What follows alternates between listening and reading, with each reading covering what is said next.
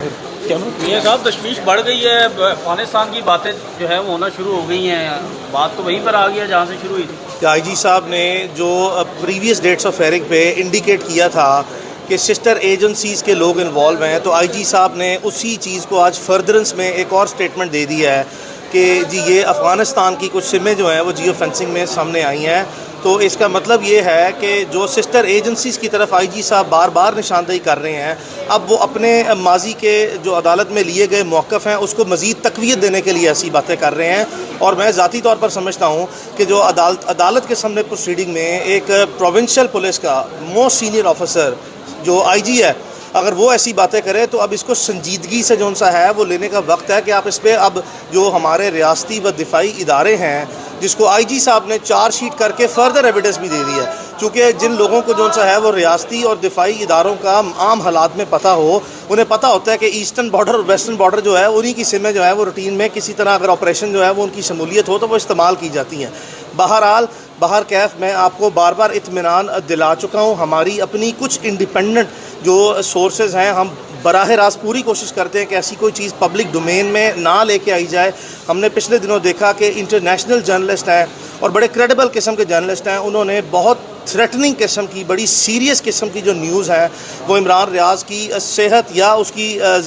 جو اس کا general status ہے، اس کی زندگی موت کا، اس کے بارے میں بڑی سنجیدہ قسم کی خبریں دی ہیں۔ لیکن اس کے باوجود جو ہے وہ ہم جتنی کوشش کر کے، جہاں تک ہمارے کوشش کر کے وسائل ہیں اس کے اندر رہتے ہوئے ہم بار بار جو ہے وہ مختلف ذرائع سے تصدیق کرتے ہیں اور ہمیں اطمینان جو سا ہے وہ بخش خبریں یا اطلاعات دی جاتی ہیں کہ عمران اللہ کا شکر ہے وہ خیریت سے ہے۔ یہ ایک سنجیدہ نوعیت کا مسئلہ بتایا جاتا ہے اور یہ پاکستان میں ایک ایسا سینئر اینکر پرسن یا کریڈیبل جرنلسٹ زندہ نہیں ہے۔ پاکستان کے تمام صحافی بہت باخبر ہیں، بہت ان کے جو سا ہیں وہ ڈیٹیل قسم کے اور بڑے سٹرونگ قسم کے ریسورسز ہیں۔ کسی ایک نے جو انٹرنیشنل عالمی اداروں کی طرف سے جو صحافتی ادارے ہیں ان کی جو نیوز ہے اس کی کوئی کنفرمیشن جو ہے وہ انڈیپینڈنٹلی نہیں کی۔ اس کی وجہ میں ذاتی طور پر یہ سمجھتا ہوں کہ ہمارے جو سینئر جرنلسٹ ہیں یا جو موسٹ کریڈیبل اینکر پرسن ہیں جو پاکستان میں جن کی 50، 60 اور 70 سال بھی عمریں ہیں، ان کے بھی انڈیپینڈنٹ ذرائع، ان سے بھی ہماری بہت مرتبہ بات ہوئی ہے، ان کے انڈیپینڈنٹ ذرائع بھی یہ کنفرم ریپیٹڈلی کر چکے ہیں کہ عمران انشاءاللہ اللہ کے حکم سے جو سا ہے نہ صرف زندہ ہے بلکہ روح صحت بھی انشاءاللہ ہے اور خیریت سے ہے۔ اور بتایا یہ جاتا ہے ہمیں انتہائی سینئر صحافتی ذرائع اور مختلف ذرائع کی طرف سے کہ یہ چونکہ عمران کا مسئلہ کچھ باقی کیسز سے زیادہ پیچیدہ نظر آتا ہے، جہاں پہ بھی وہ مسئلہ ہے، اور یہ اب جیٹ بلیک سے گرے میں آ گیا اور گرے سے وائٹ کی طرف چل پڑا ہوا ہے۔ اور جیسا کہ آپ نے رات کو دیکھا کہ اسی طرح کا سملر کیس میں سمیع ابراہیم صاحب کو بھی کڈنیپ کیا گیا اور تمام پاکستان کے ریاستی اداروں نے آ کے کہا کہ جی ہمارے پاس ان کی کسٹڈی نہیں ہے۔ پھر اسلام آباد پولیس نے کہا کہ جی ہمارے پاس تو وہ جگہ بھی ٹریک نہیں ہوئی جہاں سے وہ کڈنیپ ہوئے ہیں، کوئی کیمراز نہیں تھے۔ لیکن آپ نے دیکھا کہ بڑے اطمینان سے، بڑے سکون سے 6 دن گزرنے کے بعد سمیع ابراہیم صاحب بھی اپنے گھر میں واپس آ گئے ہیں۔ تو the facts and the circumstances and the scenario it is all speaking for itself۔ لیکن جو اب آئی جی پنجاب صاحب نے پہلی بات کہی کہ جی ہماری سسٹر ایجنسیز کے لوگوں نے معاونت کی، پھر یہ بات کہی کہ جی وہ جو ایک شخص تھا جس نے عمران ریاض خان کے گھر میں ریڈ کیا، اور وہ ریڈ کرنے والا شخص اور جو جیل کے باہر سے پک اپ کرنے والا شخص جو عدالت کے سامنے ویڈیوز چلی ہیں جس کو آئی جی پنجاب صاحب بار بار نشاندہی کر کے کہتے ہیں کہ یہ سسٹر ایجنسیز کے لوگ ہیں، اور بعد ازاں جو سا ہے وہ اس طرح کے حقائق مزید سامنے لے کے آنا کہ جیو فینسنگ کے تھرو ایک افغانستان کے نمبر ٹریک ہوئے ہیں نا، تو دس از آل اسپیکنگ فار اٹ سیلف۔ اس میں اب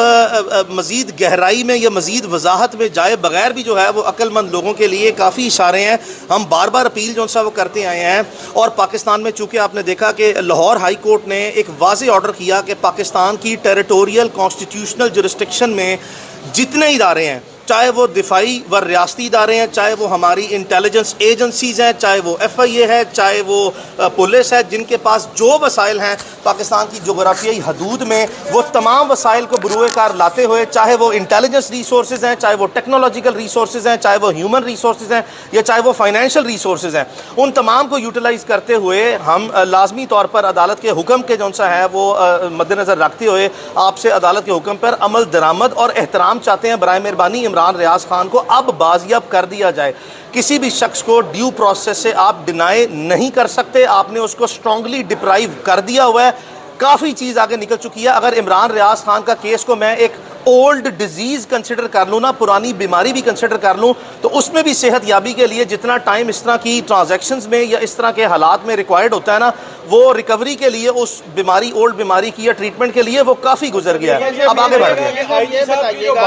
جی صاحب کی باتوں سے تو کہیں سے نہیں لگ رہا کہ عمران ریاض جو ہے وہ آئندہ آنے والے دنوں میں کسی طرح بھی پیش کیا جائے گا. دیکھیں, جس وقت کسی بھی حالات میں کوئی کام نہ کرنا فوری طور پر ٹھہرا ہو تو مختلف قسم کے ہیلے بہانے, مختلف قسم کی ایڈمنسٹریٹو مینوپولیشن یعنی کہ انتظامی ہیرا پھیریاں جو ہمارے نظام میں ہیں, اس طرح کے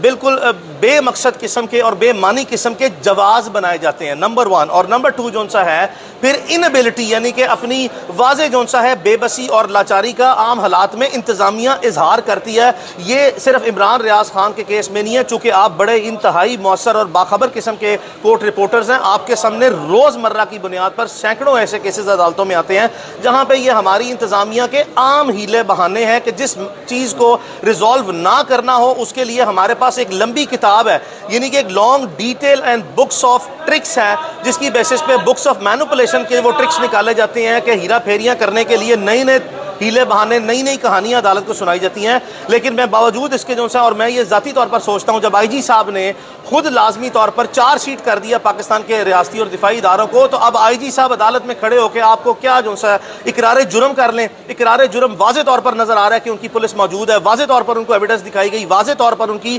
مس ریپرزنٹیشنز, مس اسٹیٹمنٹس اور misquotation of events, facts and circumstances repeatedly highlight ہوئے. جو بیان دیتے ہیں آگے سے وہ کوئی نئی چیز ہم لے آتے ہیں, وہ پکڑا جاتا ہے. پھر وہ جو بیان دیتے ہیں ہم کوئی ایسی چیز پیش کرتے ہیں جس سے واضح طور پر تضاد آتا ہے. تو ان سب باتوں کے بعد آپ کیا سمجھتے ہیں کہ آئی جی صاحب کیا جو ہے وہ آپ کے سامنے جواز پیش کرے, سوائے اس کے کہ جی وہ ہمارے پاس نہیں ہے, جی وہ ہم کوشش کر رہے ہیں, جی ہم وہ جیو فینسنگ میں یہ کر لیا, جی وہ افغانستان کے نمبر نکلا. یہ سارے ہیلے بہانے ہیں. پرنسپلی آئی جی صاحب کو میں لازمی طور پر آپ کے سامنے لازمی طور پر ببانگے دول کہہ رہا ہوں کہ آئی جی صاحب کے علم میں ہے, یہ ہو نہیں سکتا. کیا آپ کو میں بتا دوں کہ آئین پاکستان میں کسی ایس ایچ او کو جو اختیار حاصل ہے, اگر اس اختیار کو امپلیمنٹیشن کا حکم دے دیا جائے نا, تو ایک ایس ایچ او, صرف ایک ایس ایچ او کے اتنے اختیارات ہیں کہ پاکستان میں اس کے علاقے سے ممکن نہیں ہے بندہ جو سے غائب ہو جائے. اور دوسری بات یہ کہ جو بھی لے کے گیا, چاہے وہ کوئی ادارہ ہے پاکستان کا, جب تک کہ ڈیو پروسیس میں نہیں لے کے گیا, تو ایک ایس ایچ او اتنا با اختیار ہے کہ وہ ہر صورت جو ہے وہ اپنے حکم پر عمل درآمد کر کے بندہ لے آئے گا.